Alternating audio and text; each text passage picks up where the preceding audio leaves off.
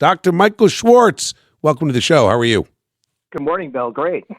So tell me about the book. Hey, first of all, tell me, what did you learn through COVID as a doctor, and what is your warning ahead? And then tell me a little bit about the book. Sure. Well, I'm a research doctor, but I own medical clinics, so I work with medical staff. Yeah, we were the first company to do a COVID test. What we saw from March 16th of 2020 on was that the data just wasn't matching what you saw on the ground, coming out of the media and the government. We knew right away that the virus was not as deadly as everyone was saying. Most of my positive patients were asymptomatic or mild, but you learn a lot through mass testing and what could lead us through the next couple pandemics. And we just haven't learned. We're not speaking the same language. People don't understand timelines of viruses, how testing works, how antibodies work, how the vaccines work. So there's a lot to unpack here. So what was your motivation to write a book about Fauci? I mean, Fauci is praised by many, scorned by many more, and and people know where I stand on Fauci. But what got you to write the book? Sure. Well, it's a common misconception. I mean, the book itself is not about Fauci, but has everything to do with Dr. Fauci. I think he's mentioned 3 times in the entire book. The book is about the real data of COVID so that we can actually understand what we're talking about. The data doesn't make him look so good, but this is what's triggering people on the left. They see the cover, and it's hard to do this on radio. The cover it's a depiction of Fauci as a Pinocchio doll with the mask coming through the face. A lot of folks want to buy this as a gift for people who are still wearing masks or still scared about COVID. But the book itself isn't about him in particular. The data, though, has everything to do with him, Dr. Birx, and what the media and the CDC were telling you about COVID, which was just factually inaccurate.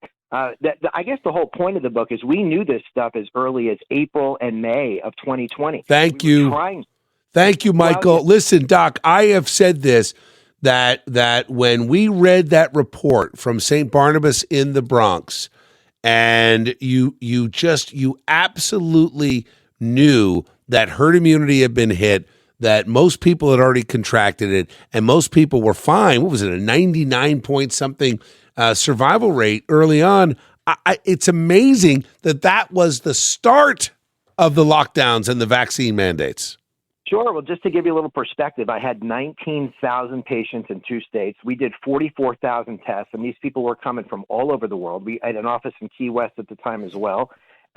Over 4,000 positive patients. 85 to 90% of those patients were asymptomatic or mild. You have to understand COVID is not just negative or positive. You're either negative or positive with caveats. You have to know somebody's CT value, that's their viral load, if they have a co-infection, if they have a comorbidity. The majority of sick patients had a co-infection, and most practitioners would never know that unless you were doing something, what we call a respiratory pathogen panel. You have to understand how testing works. You have to properly diagnose, and you have to put it in perspective. A lot of folks would think they were getting a false positive. They weren't. It's just that their viral load was so low, they wouldn't develop what we call classical symptoms.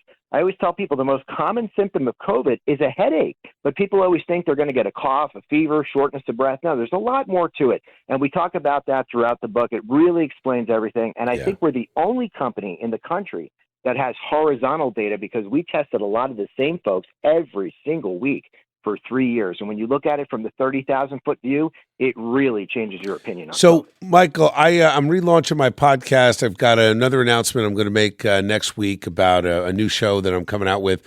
I want to have you on for a longer discussion, but real quick, in 30 seconds I've got left, how do people get your book? Where do they go?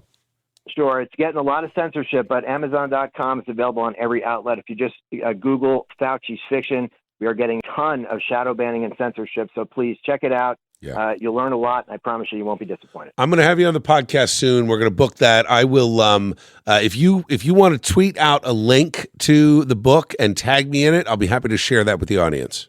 You got it, Bill. Thanks so much. All right, Mike. You take care. We'll be in touch soon. That is Dr. Michael Schwartz, certainly on the front line of COVID, and what he's learned is a lesson for the future, no doubt about it.